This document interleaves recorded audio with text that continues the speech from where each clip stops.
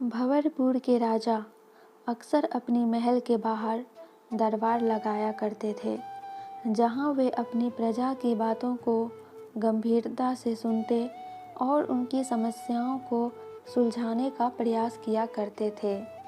एक दिन उस राज्य में एक व्यक्ति अपने हाथों में एक हीरा और एक कांच का टुकड़ा लेकर पहुंचा।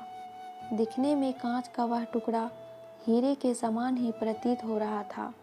यह कहना गलत नहीं होगा कि कोई भी व्यक्ति दोनों को देखकर धोखा खा जाए और दोनों में अंतर ही ना कर पाए।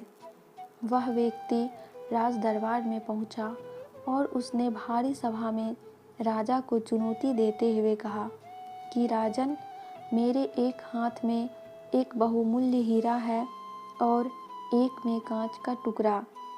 मैं इन दोनों को इस मेज पर रख रहा हूँ। आपके इस राज्य में उपस्थित व्यक्ति इन दोनों की पहचान कर दें कि इनमें कौन सा हीरा है और कौन सा कांच का टुकड़ा।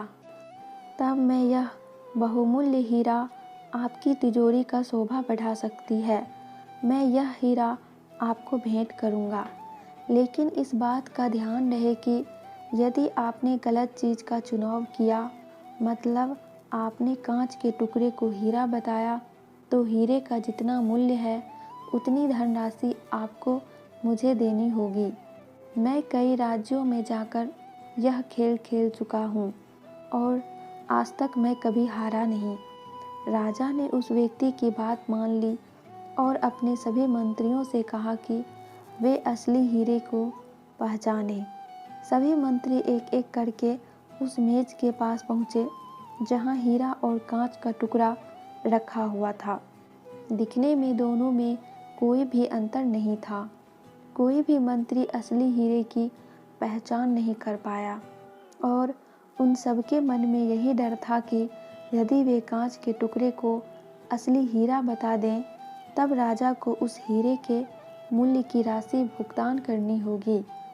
किसी को समझ नहीं आ रहा था क्या किया जाए। एक तरह से राजा की हार हो रही थी। राजा भी समझ नहीं पा रहा था। तभी राज दरबार में उपस्थित प्रजा समूह से एक आवाज़ आई, राजन, कृपया मुझे भी प्रयास करने दें। आवाज़ एक बूढ़े अंधे व्यक्ति की थी जो बचपन से नेत्रहीन था। सबको लगा कि इतने बुद्धिमान मंत्रियों से कुछ नहीं हुआ तो एक बूढ़ा व्यक्ति क्या कर लेगा। लेकिन राजा के पास और कोई रास्ता भी नहीं था।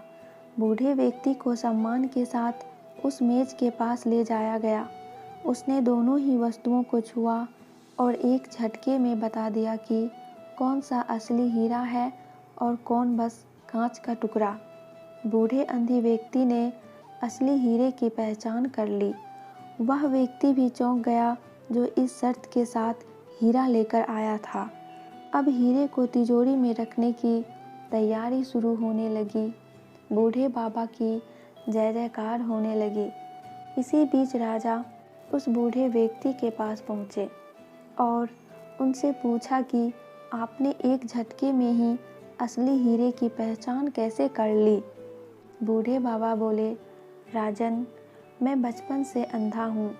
मुझे किसी की चमक तो पता नहीं चली, लेकिन जब मैंने दोनों को छुआ तो इतनी धूप में भी हीरा बहुत ठंडा था और कांच का वह टुकड़ा धूप से तप रहा था और बहुत गर्म था। आपके मंत्रियों ने बस दोनों ही चमक देखी, लेकिन उन्होंने असली हीरे का गुण नहीं देखा। असली हीरा हर परिस्थिति में ठंडा होता है।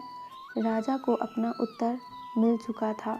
दोस्तों, इस छोटी कहानी से हमें यह सीख मिलती है कि हर व्यक्ति में दो तरह के गुण पाए जाते हैं, ठीक उस हीरे की तरह और कांच के उस टुकड़े की तरह।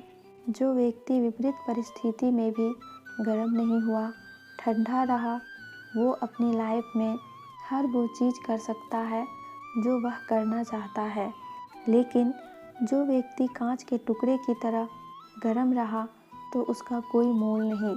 बहुत सारे लोग गुस्सा करते हैं, आग बबूले हो उठते हैं, चिल्लाते रहते हैं, ये वही गुण है जो कांच के उस टुकड़े में होता है।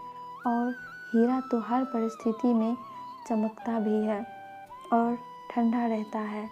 इसीलिए अपने दिमाग को ठंडा रखिए, शांति से काम कीजिए।